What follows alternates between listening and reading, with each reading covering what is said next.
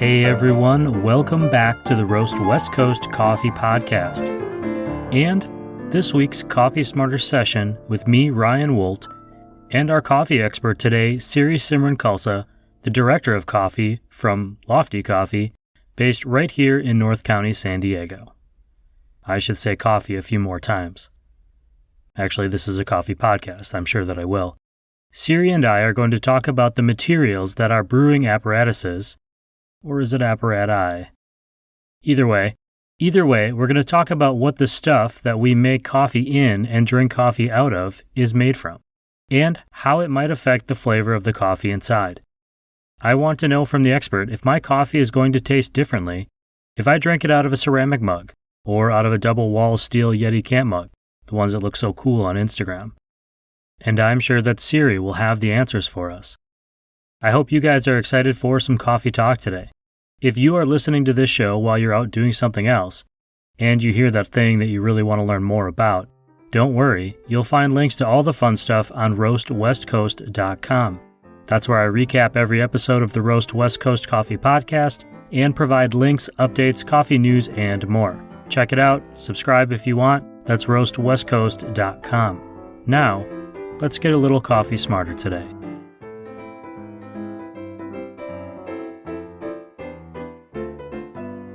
So, Siri, Executive Director of Lofty Coffee, which I like saying because it sounds such a cool position, even though I've asked you what it means before and you've told me, but I just like saying Executive Director because it makes me feel important by association with you. Sweet. Welcome back to the Roast West Coast Podcast and our Coffee Smarter series. Thank you again for helping us all get a little coffee smarter today. And I want to start off with one quick question, which is, if you could only drink just one of your own Lofty Coffee core coffees for the rest of your life, which one would it be? Ooh, that is a really good question and a very hard one. So our core coffees being like our coffee blends, we have our Campfire blend, our Morning Dove blend, our Sweet Blue blend, and our Keeping It Classy blend. And you know what? I think I'm gonna have to go with the Sweet Blue blend. Sweet Blue. It's a natural Ethiopian, and throughout the year we'll switch off to either a washed or Central or South American coffee. And it's such a versatile, sweet, delicious coffee that you can make an AeroPress, you can make an espresso, you can do a French press, and it's super nuanced and sweet and delicious. So I'd have to go with that one. That's a good question, Ryan. Thank you.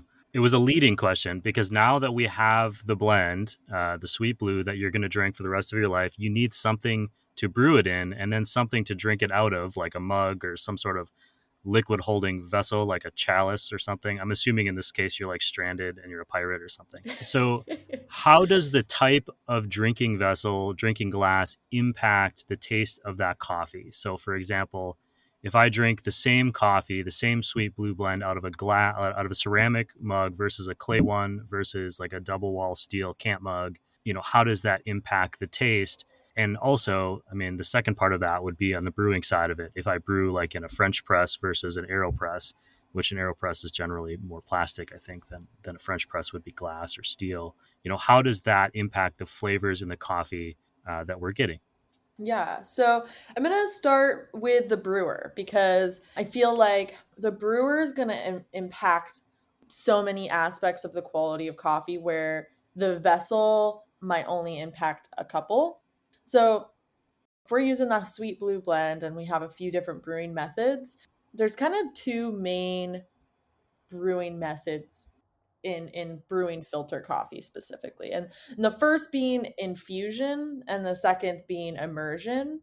So infusion is coffee or water being poured through a bed of coffee and a filter to result in a brew, whereas immersion is water and coffee immersed with each other for the length of the brew time and then filtered out with mesh or metal or whatnot. And those two main brewing methods are going to heavily impact the overall quality of the cup. Typically in an infusion, so infusion, we can think pour over like a V60 or a Chemex. This method's going to, because of that paper filter, result in a cup that's going to be a little bit less like that has something that has less solubles in it, or less solids in it. Because of that paper filter, it may have less oils, and it overall might be a cleaner, more delicate cup of coffee. I find that like very light, nuanced coffees shine really nice in that infusion method. Whereas the immersion, we can think about like French press, and there's actually even a hybrid as you mentioned, the AeroPress. It's immersion, but then it is then pushed through a paper filter. So it's actually one of my personal favorite ways of brewing coffee, because you get that full bodied quality that you would maybe from a French press, but pushing it through that paper filter kind of cleans it up a little bit. So again, yeah, with that immersion, you're going to get a bit more solid. So you might even find like a little bit of sludge at the bottom of your coffee.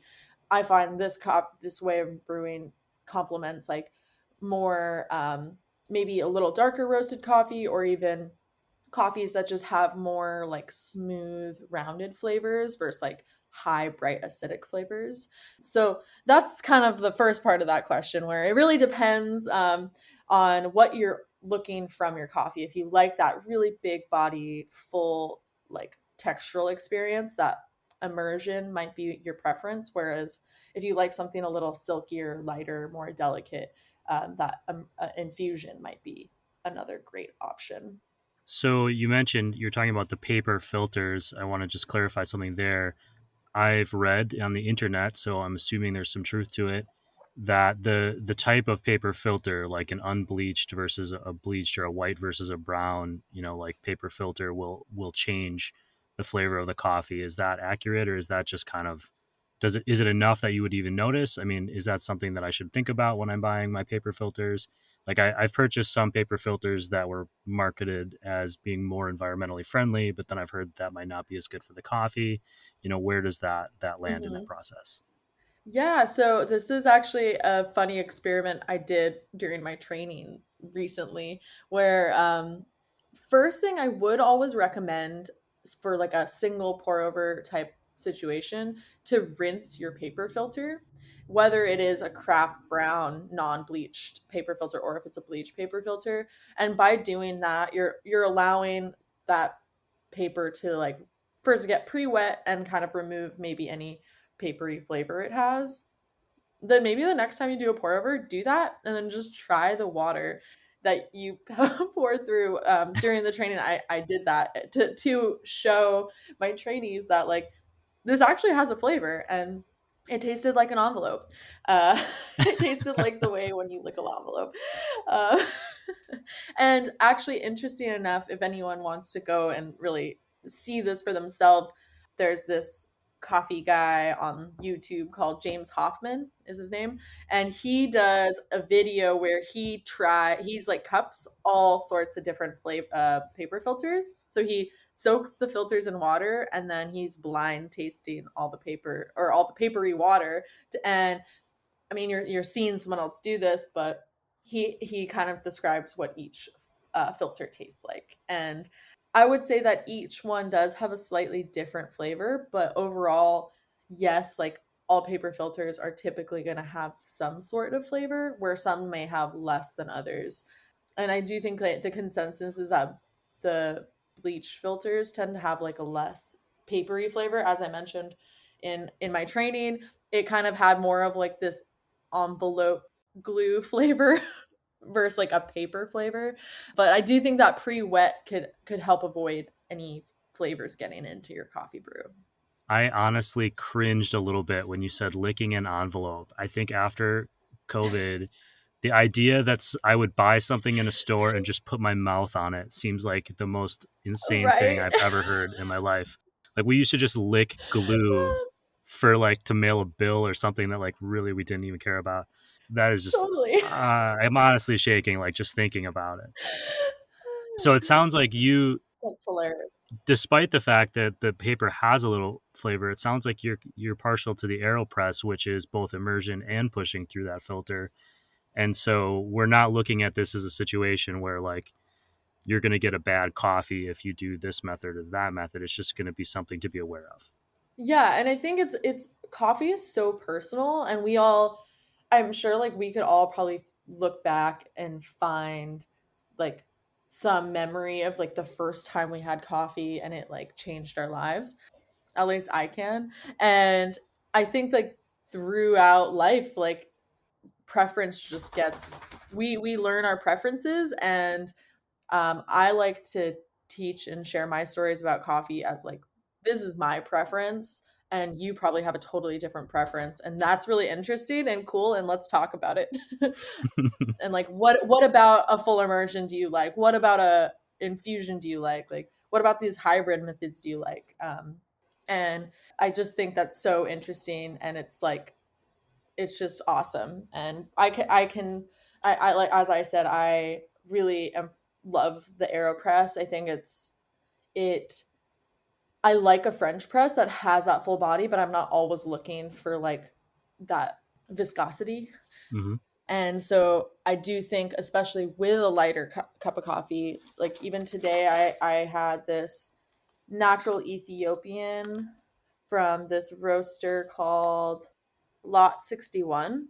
And it's super light. And I made it on the AeroPress today. And it has that full body, but because of that paper filter, I'm getting a lot more of those like nuanced, really light flavors. Like it has like a malic acidity with like mango and red currant, where you might lose some of those flavors if you did it just in a French press. But then if you have a coffee that's like a bit darker roasted, maybe kind of one note, single note, a French press like really brings out those really nice qualities of a darker roasted coffee. So Sure. And now it's I feel like I'm interesting. talking myself in circles, but No. I'm just like, I'm just engaged. I'm listening. I'm actually thinking about how I have a couple of coffees. I try a lot of different coffees, but I have a couple that I just kind of keep around all the time. So like when I wake up, I don't have to think about it. Like I know how I like them. And Zumbar's Hummingbird Roast is one that I drink as a French press a lot. And yeah. Steady State has their Space Traveler, kind of their house coffee, which I make more as a Chemex or a pour over. And this last weekend, I went camping and I brought the Space Traveler along, but I only had the French press with me. And so I made it that way. And it was a totally different coffee, in my opinion. I kind of Right? like, it kind of threw me, like, not that I didn't enjoy it, but it just was like, this is not what I was expecting at all. And I just hadn't done that transition. And then, so then when I came home, I was like, well, I'm going to try the Zumbar one as like a Chemex and see if that's different. And that took me down like this whole rabbit hole. Yeah.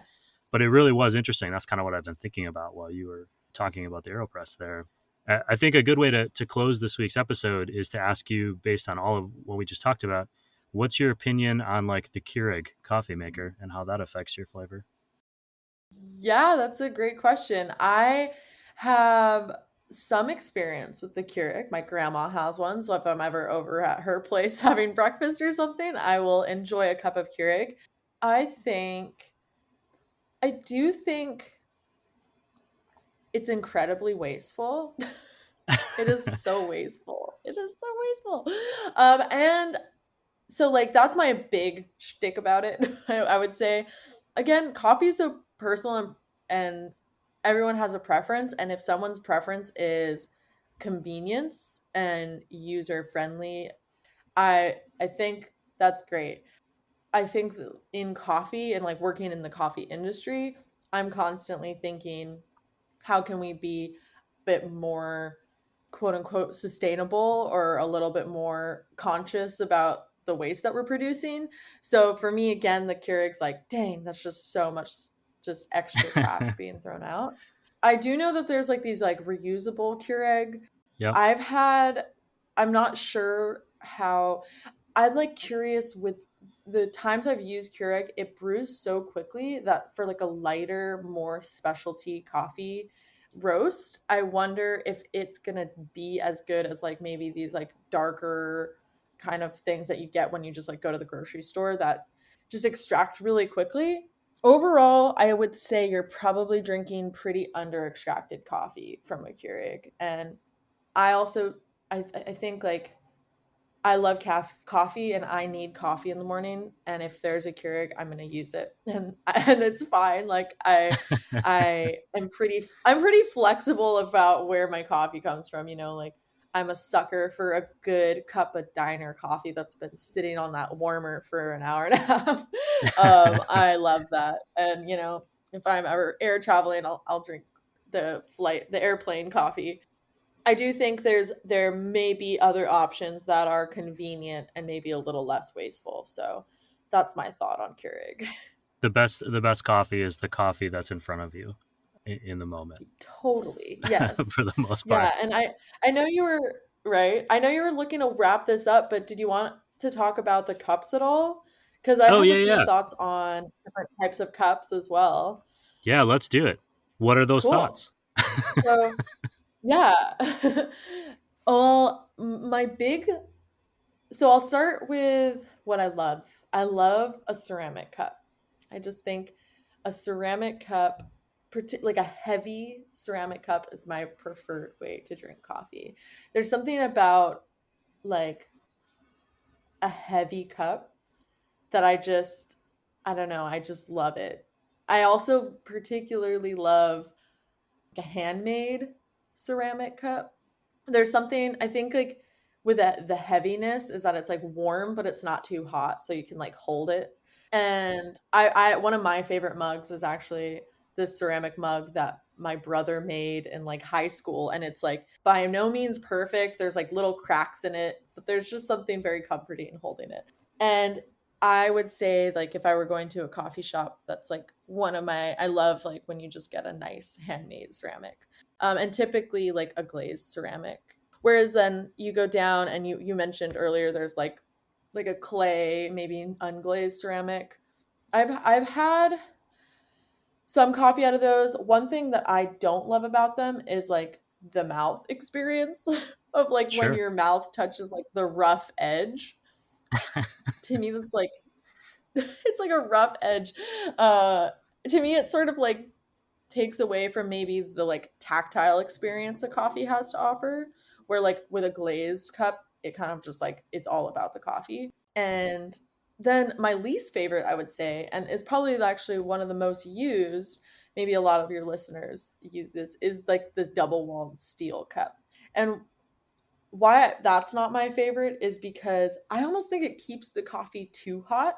Where Yeah, I for sure. personally like to enjoy a cup of coffee from when it's hot to like when it's room temperature to when it's cold. Like I'm drinking a cup of coffee right now and it's ice cold at this point and I still love it and it tastes great. And I just feel like with the steel like mirror hydro flask mugs, it just keeps it way too hot, and either I don't end up drinking the coffee or I end up having to wait a very long time until I can like actually start drinking it. So those are some of my thoughts on cups. I think also one of my least favorite would be a paper cup.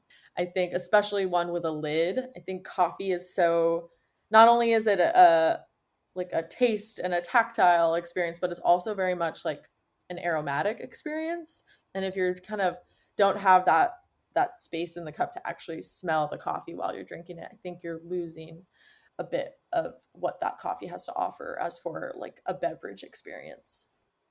Yeah, one of my favorite things about coffee is actually not even the drinking part. It's the first time I open the bag and that smell kind of comes Mm-hmm. out. And I always, like, especially now with like the little pull tabs or whatever on the vacuum seal bag, I'll pull that and I'll like have it like right up to my face ready. And then I'll smell it. Like I did it this morning. I have a new Panama that I opened this morning, and I ripped it open. I smelled it. And I was like, oh my God, it's like gummy bear candies or something. And I like ran over to where my Totally. wife was still asleep in bed. And I'm like, smell this. And I'm shoving it in her face. And she's like, just leave me the F alone. Like I'm still asleep. But I just love that part of it, that smell of it, and how that can really impact how much I enjoy a cup of coffee. I'm actually in the same vein as you, where I love the idea of the double wall steel, and I have a bunch of them. I even had some that had like my logo on I them have from like an so old many. company, and I have one sitting here too. I actually have like this like 1980s Bird Rock mug that I found in a yard somewhere, and then I have like this double wall steel Mizu one from Coffee Cycle, or Mirror one from Coffee Cycle. But I'm using that kind of as like my backup. Like I made this coffee and I want to keep it warm enough, and it'll still be the same temperature now, like 40 minutes later than when I made it. And so I can then pour it into my cup Totally. and let it naturally cool down. But I find that if I Yeah. just, So it's like your craft.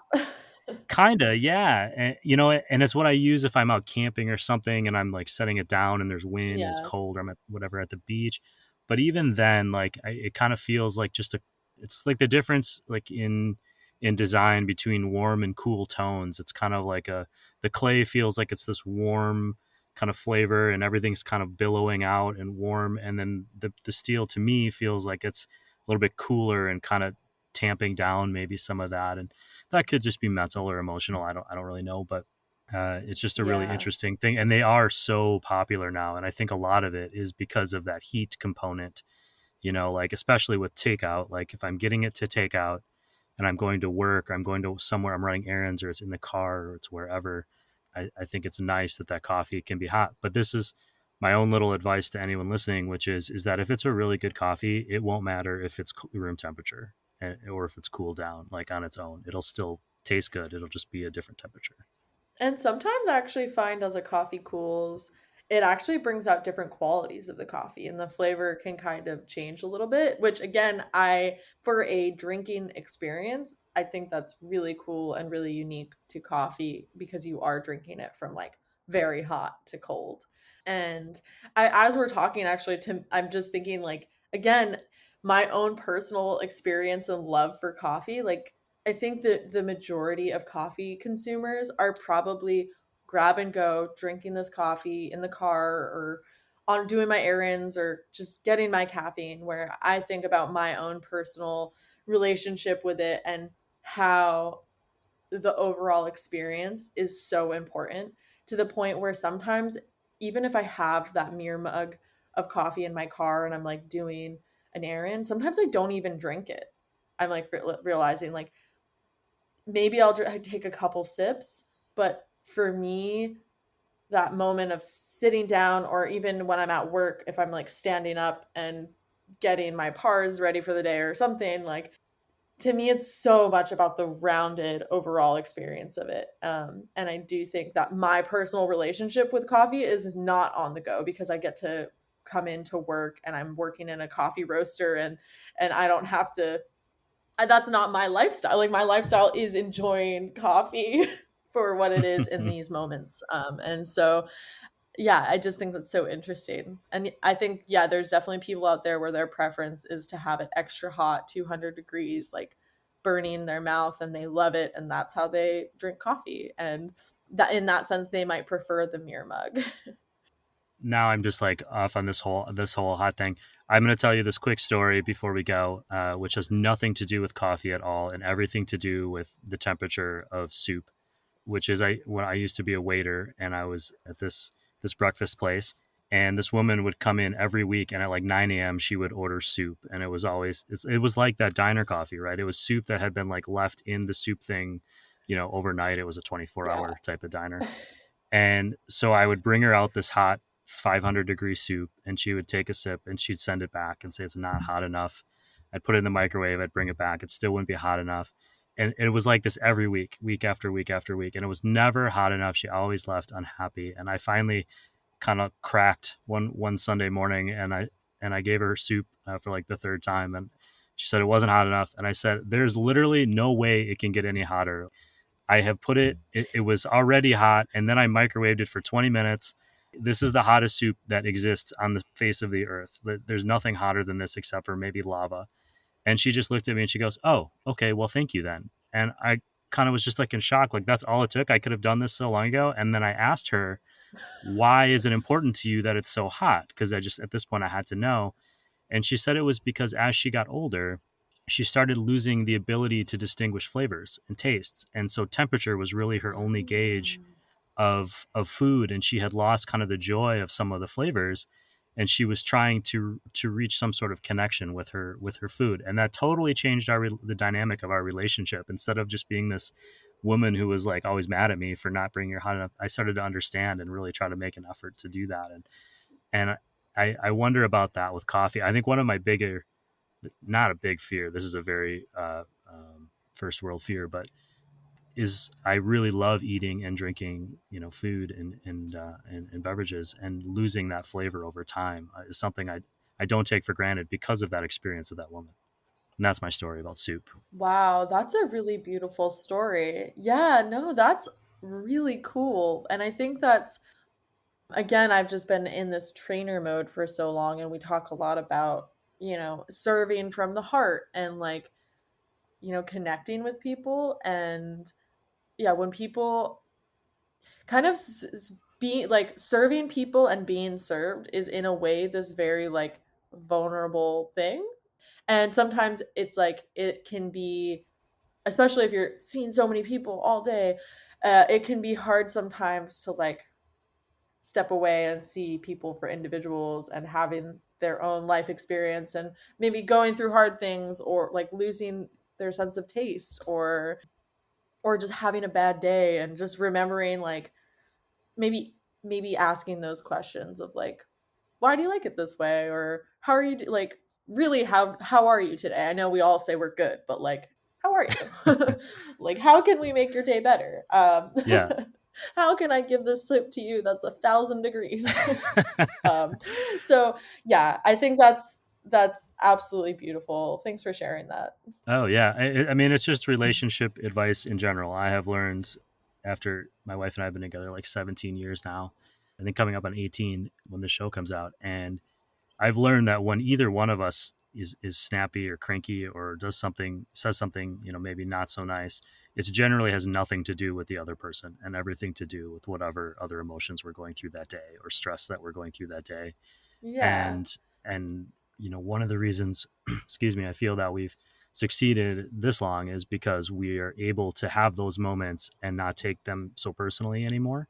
That's something you learn as you grow. Yeah. And maybe when we were younger, we would have gotten into a fight or an argument. And now it's more of the reaction is more like, oh, is everything okay? Like, what's going on with you? And it's usually, most of the time, it's something else. Sometimes it's just me and I'm the problem, but we figure it out and move on. So, Siri, that was a great episode that kind of went all over the place. So I'm really excited for people to hear that. And we should get together and talk about coffee again sometime soon. I would absolutely love that. Thanks, Ryan.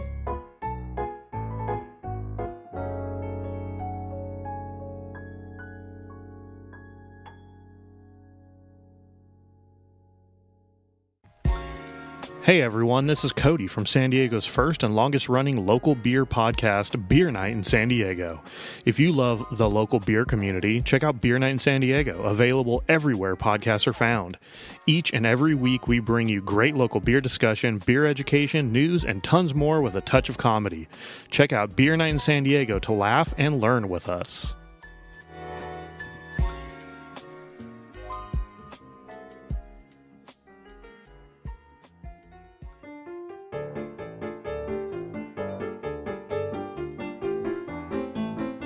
We are back here on the Roast West Coast Coffee Podcast and our Friday Coffee Smarter session. I love talking to Siri because I know that wherever we start the show, whatever coffee question I ask her, we're going to go on a bit of a journey to find that end point where it feels good to put the day's conversation to rest. It's like hiking without a map. Sometimes we go off the trail, but that's okay because we always end up where we probably wanted to go. If you want to try some of the coffee that Siri roasts, head to loftycoffee.com to place an order for delivery or pick some up at one of Lofty's 5, soon-to-be 6 locations in the San Diego area. And definitely follow at Lofty Coffee Co. on Instagram to stay up to date on all the new roasts that they're dropping. Today's coffee vocab phrase is, as always, inspired by the show. Malic acid, which Siri mentioned earlier, is an organic compound which is known for adding an apple-like or sour fruit flavor to your cup of coffee. In fact, that name, malic, it's derived from a Latin word, malum, which means apple. More vocab and Coffee Smarter details with all the fun links that popped up in this show, including that video with James Hoffman, the YouTube coffee celebrity taste testing water with immersed paper filters, can be found on roastwestcoast.com. Anytime. Next week, Tuesday, this show will be back with another great interview episode featuring the founder and head roaster of Acento Coffee Roasters, Luis Sanchez. Acento is down in Bay Park, San Diego, and Luis has a hell of a backstory. You don't want to miss it. Thank you all for listening to the show today. If you've enjoyed it, I'd appreciate if you tell a friend. It's the best way to help us grow this show and our coffee community. That, and maybe give it a share, a follow, or a shout out on Instagram at Roast West Coast. And of course, sign up for the newsletter on roastwestcoast.com. The newsletters come out every Tuesday and Friday when these shows are released. Now is the part of the show where we're nearing the end of our time together, which you know because I'm reminding you to go check your coffee stock. And if you find yourself low, find a local coffee shop or roaster to buy some coffee beans and an espresso from this weekend. I'm partial to roast industry partners including Maria Coffee, Leap Coffee, Zumbar Coffee and Tea, Steady State Roasting, Camp Coffee, Cafe Laterre, Coffee Cycle, and Moster Coffee. There's a lot of great coffee in San Diego. I also want to shout out our friends at First Light Coffee Whiskey. You will be joining me in the woods camping this weekend, at least in spirit and in liquid form. And, of course, a hello to Cape Horn Coffee Brokers. Be sure to check them out too. You'll find links to all of the friends of the show right on the front of roastwestcoast.com. That's it, everyone. I hope you enjoyed listening today as much as I've enjoyed sharing one more show with you. This episode of the Roast West Coast podcast has been written, produced, and recorded by me, Ryan Wolt, and I hope this show has found you to be happy, healthy, and with at least enough sanity to make it through the day. And please, always be sure to drink good coffee. And I'm out.